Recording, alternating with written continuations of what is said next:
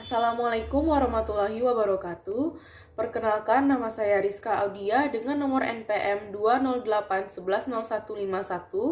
Di sini saya akan presentasi mengenai mata kuliah Psikologi Islami kelas A tentang kemakmuran dan kebahagiaan. Di sini saya mengambil daftar pustakanya dari buku Raffi Syafuri. Topik pertama yang saya bahas yaitu pertama ada kewajiban sosial manusia, yang kedua ada manusia sebagai pemakmur, dan yang terakhir ada strategi hidup sebagai pemenang. Jadi pertama saya akan presentasi mengenai kewajiban sosial manusia. Manusia mendapatkan amanah untuk mengurus bumi dan semua isinya. Selain itu juga mengatur makhluk hidup lainnya dari Tuhan yang sangat bermacam ragam. Al-Kindi pernah menyampaikan bahwa pada diri manusia itu ada akal yang artinya sifat alam semesta.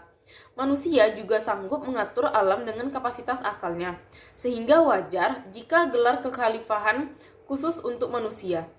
Terdapat di surah Al-Baqarah ayat 30 yang isinya, manusia dengan kapasitasnya yang serba terbatas dan dengan segala instrumen hidup yang serba canggih dibanding dengan makhluk Tuhan yang lain dijadikan oleh Allah Subhanahu wa Ta'ala sebagai makhluk pilihan, yaitu sebagai khalifah di muka bumi. Manusia tidak pernah lepas dari keterikatan. Perjalanan hidup manusia akan selalu bergerak di dalam lingkungan ruang dan waktu. Oleh karena itu, manusia nantinya akan terjebak oleh tugas dan kewajibannya kepada sesama manusia dan makhluk lainnya. Harapan manusia dan juga makhluk lainnya semuanya sama, yaitu selalu ingin hidup tenang dan sejahtera. Dengan karena itu, sangat lumrah jika sesama manusia dituntut untuk saling menebar kebahagiaan.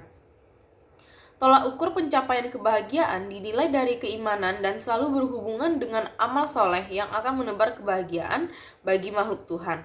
Taat kepada Allah Subhanahu wa Ta'ala adalah nilai yang paling tinggi dari gambaran kegiatan manusia.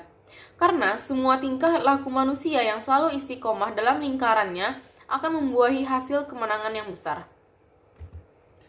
Kesimpulan dari poin tersebut yaitu manusia memiliki amanah yang dititipkan oleh Allah Subhanahu wa Ta'ala dan harus melaksanakan kewajibannya. Manusia juga memiliki keimanan yang dijadikan sebagai tolak ukur kebahagiaan dan harus diimbangi dengan amal soleh. Selanjutnya saya akan membahas mengenai manusia sebagai pemakmur. Tantangan manusia untuk menjadi pemakmur dan menebar kebahagiaan di muka bumi sangat banyak. Musuhnya datang dari dalam diri dan di luar dirinya. Selain ia diciptakan oleh keadaan lemah dan bodoh, ia juga diberi musuh yang sangat tangguh, sehingga sebagian umat manusia terkalahkan oleh musuhnya. Musuh yang datang adalah hawa nafsu yang membawa kejahatan.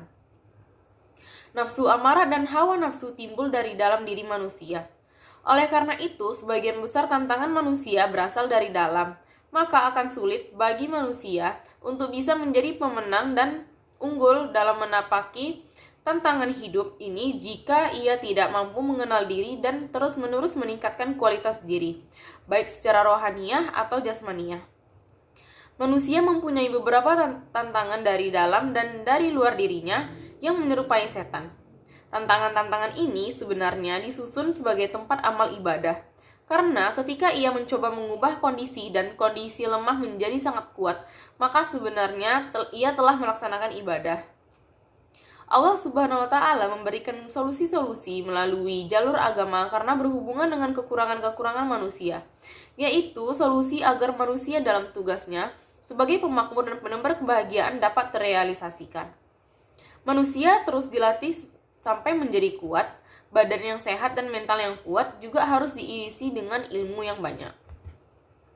Kesimpulan dari poin tersebut yaitu, manusia sebagai pemakmur memiliki kebahagiaan dan sifat yang tangguh.